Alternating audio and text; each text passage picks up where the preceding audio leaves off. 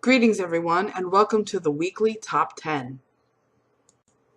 One thing I've had a problem grasping within the pagan community is the overwhelming feeling of anti-establishment.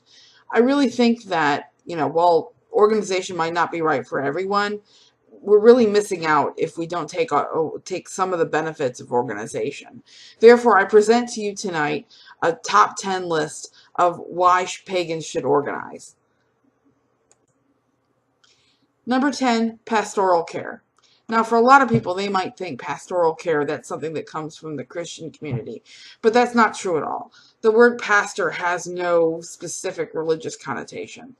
Really, what that means is that you are getting cared for by your religious community. Pastors can come in and do a variety of services for people within their organization. They can provide end-of-life counseling. They can provide marriage counseling. They can perform marriage services. They can perform birth rights and coming-of-age rights and so forth and so on. And they perform a lot of different activities for the community to help them with their life journey and to celebrate certain parts of their life that everybody considers to be meaningful. So we're missing out on that if we don't have people who have a level of skill and commitment to their community in order to perform those services. Number 9 is pagan presence. And that just is what it is. That we have a presence in a community so that people know that we're there. Some people who've approached me have said, I didn't know anybody had ever believed this. I didn't know there was anybody else out there. I didn't know that people actually believed the same way that I did.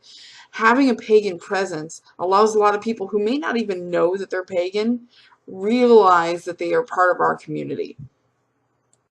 Number 8 is networking. Networking goes a little bit further than pagan presence. So once you've established a pagan presence, then you can help people network with each other so that you can start a pagan daycare ring or a pagan singles night or find little subgroups within your community of people who may have needs that need to be met or just, want to get together and be social. They might not know anybody else and be able to relate to anybody else, but they can relate to their pagan community. Number 7 is community presence. Now this goes a little bit further outside the pagan community and helps you get recognition within your larger community.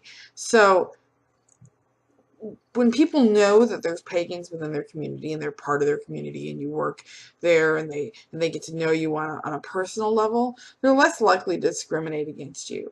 So an organization helps you craft that presence. Number 6 is legitimacy.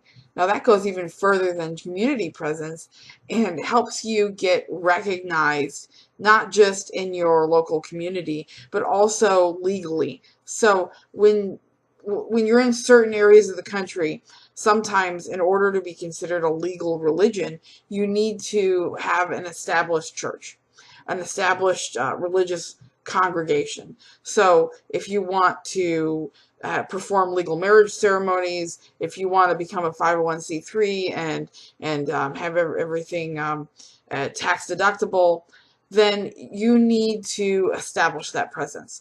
So it's really important that we organize so that we can get some of the same benefits that other religious organizations are getting. Number 5 is political clout. Now, some people don't think that that pagans have a centralized political view, but I argue that for the most part we do. Now, there's going to be some people who disagree with that, and that's fine. But I'm talking about the consensus of the pagan community. That doesn't mean everybody within the pagan community, but us as a consensus. So the majority of the pagan community is going to agree on a few key political issues. The first one being religious freedom. We believe that religious freedom should protect everybody and not just the majority religion. The second thing would be rights for women, and to that extent, of course, for the most part, rights for the LGBT community as well. Those are issues that pretty much almost every pagan gets behind. And then, of course, environmental issues, too, are usually pretty important to every pagan. So right there, we have a political platform, but we don't use it because we don't organize.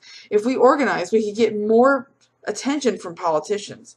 In the last uh, presidential election, we actually did get the attention of one of the presidential candidates, Gary Johnson, and he did an interview with some pagan media representatives.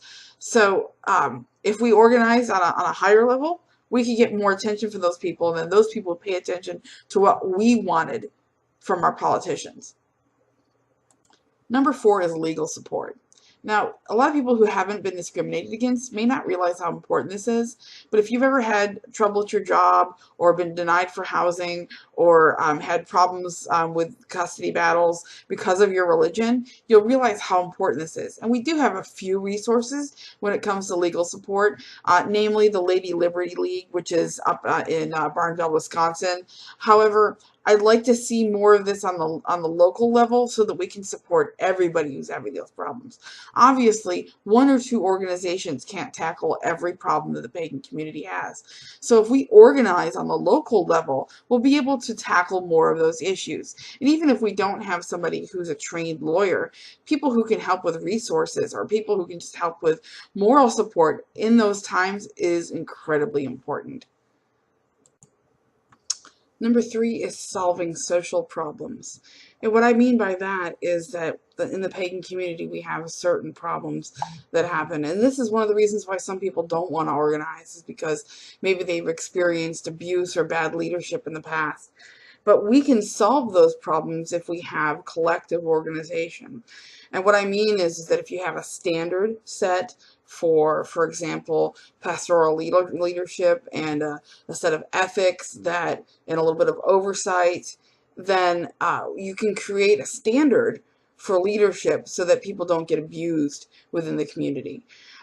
And abuses are going to happen, no one's going to be able to prevent that completely. You look at the Catholic Church.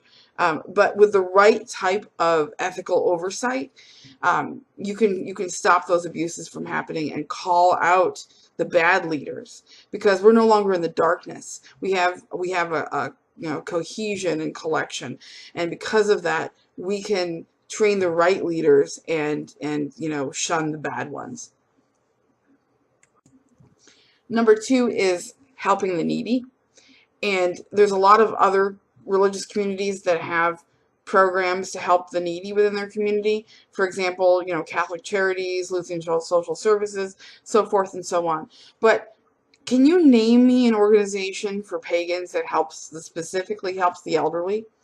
There really isn't one, not that I'm aware of. If somebody knows one, please link me, because I don't know of it. Okay, but we have an aging country here, and therefore we're going to have aging pagans, and sometimes the only places they have to go are within other religious communities because we have nothing. So think about that for a second, and think about all the problems that happen to somebody as they get older, and how much they might have to rely on religious communities in order to serve those needs, and that fact that their own religious community has nothing to help serve them. The most important, number 1, the most important reason to organize is education. And I'll explain.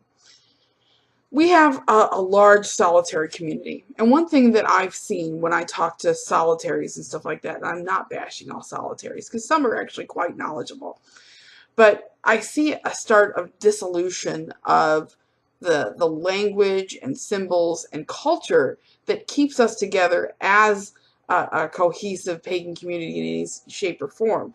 To even kind of label oneself a pagan, what does that even mean anymore if we don't have the basics of what culture is?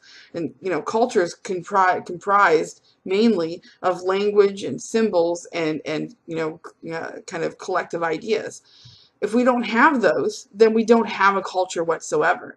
And so the reason why we need to organize on the local level is so that we can transmit that culture, and with that transmission comes the transmission of education, and that's really important, so that people don't start just making up out of whole cloth their own meetings for our shared symbols. Because when they start doing that, then our culture itself starts to dissolve.